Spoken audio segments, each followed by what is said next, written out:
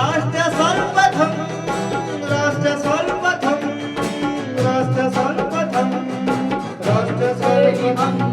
राष्ट्र सर्वप्रथम की बात कार्यक्रम में आप सभी राष्ट्रवासियों का हार्दिक स्वागत है। आपके वरिष्ठ नेता और विधायक संजीव झा ने एक महत्वपूर्ण प्रेस वार्ता को संबोधित किया। आप नेता ने बालासोर रेल दुर्घटना को लेकर विपक्ष पर हमला किया। उन्होंने कहा कि यह दुर्घटना रेल सुरक्षा को लेकर भी कई सवाल खड़े करती है। उन्होंने कहा कि यदि पहले के हादसों से सबक लिया होता तो इतनी बड़ी दुर्घटना नहीं होती। उन्होंने कहा कि 70% हादसे पटरी के सही से रखरखाव न करने की वजह से हुए हैं। इस मामले पर आप नेता ने रेल मंत्री से कई सवालों के जवाब भी मांगे। जैसा कि आप सब लोग जानते हैं कि बालासोर के ट्रेन दुर्घटना के बाद जो मुझे लगता है कि इस सदी का सबसे बड़ा ट्रेन दुर्घटना में से एक दुर्घटना थी, न केवल पूरे देशवासियों को झकझोरा बल्कि ट्रेन की सुरक्षा को लेकर भी कई सारे सवाल खड़े हुए। उसमें हुई चूक को लेकर कई सारे सवाल खड़े हुए। ऐसा नहीं है कि ये कोई पहला चूक था, इससे पहले भी कई सारी चूक हुई। अगर उससे सबक ले लिया जाता तो मुझे लगता है कि इतना बड़ा दुर्घटना नहीं होता, इतना बड़ा नुकसान देशवासियों को नहीं उठाना पड़ता। मैं आपको कुछ आंकड़े देता हूं कि 2021-22 में 35 रेल दुर्घटना हुई थी, 2022-23 में 48 रेल दुर्घटना हुई थी। और छोटे मोटे अगर आप ये समझें कि कभी सिग्नल का खराब, कभी इंडिकेटर का खराब होना, अगर इसको आप चूक मानते हैं तो ऐसे 162 इस तरह की दुर्घटनाएं हुई। मुझे ये लगता है कि इस सभी ट्रेन दुर्घटना में जो कामियां जो चूक हुई, अगर उस पर काम किया जाता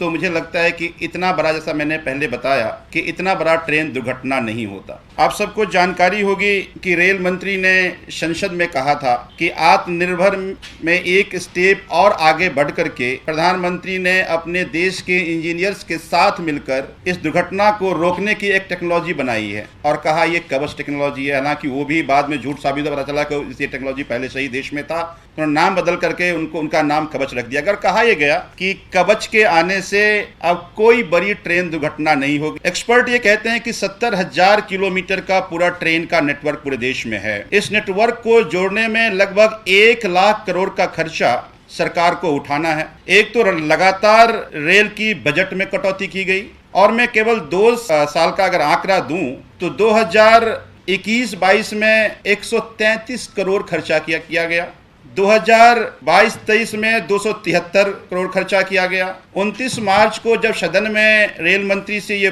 पूछा गया तो उन्होंने कहा कि हम 455 किलोमीटर पर ये कवच में काम चल रहा है, जिसमें 22 करोड़ का खर्चा है, और 1455 किलोमीटर का हम प्लान कर रहे हैं। मेरा ये मानना है, और हमारे राज्यसभा सांसद पंजाब से संदीप पाठक जी चूंकि रेलवे बोर्ड के मेंबर हैं, पढ़े लिखे हैं, इंजीनियर हैं, आईटी कॉलेज में पढ़ाते रहे हैं, उन्होंने पहली बोर्ड की मीटिंग में कहा था कि अगर आपको ट्रेन के एक्सीडेंट को रोकना है तो इसके जो एंटी कोलिजन सिस्टम होता है और एंटी डिरेलमेंट सिस्टम जो होता है, इसको तुरंत आपको दुरुस्त करना पड़ेगा। मेरा ये मानना है कि अगर संदीप पाठक जी पहले मीटिंग में इस बात को समझते हैं तो ये 9 साल में प्रधानमंत्री जी को या उनकी पूरी टीम को इस बात को इसका समझ क्यों नहीं हुआ।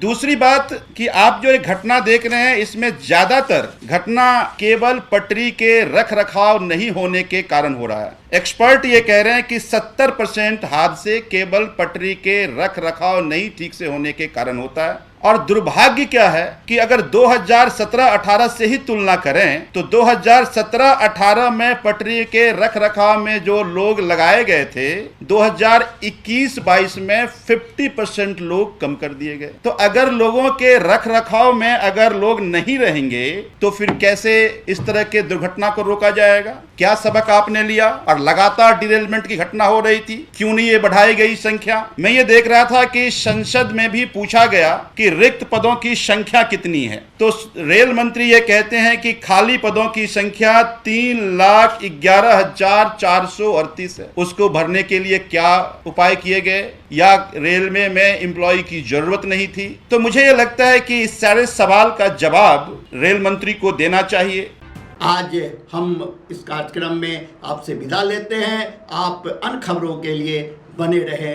राष्ट्र सर्वप्रथम, वंदे मातरम, जाग उठा है भारत। राष्ट्र सर्वप्रथम, राष्ट्र सर्वप्रथम, राष्ट्र सर्वप्रथम, राष्ट्र सर्वप्रथम।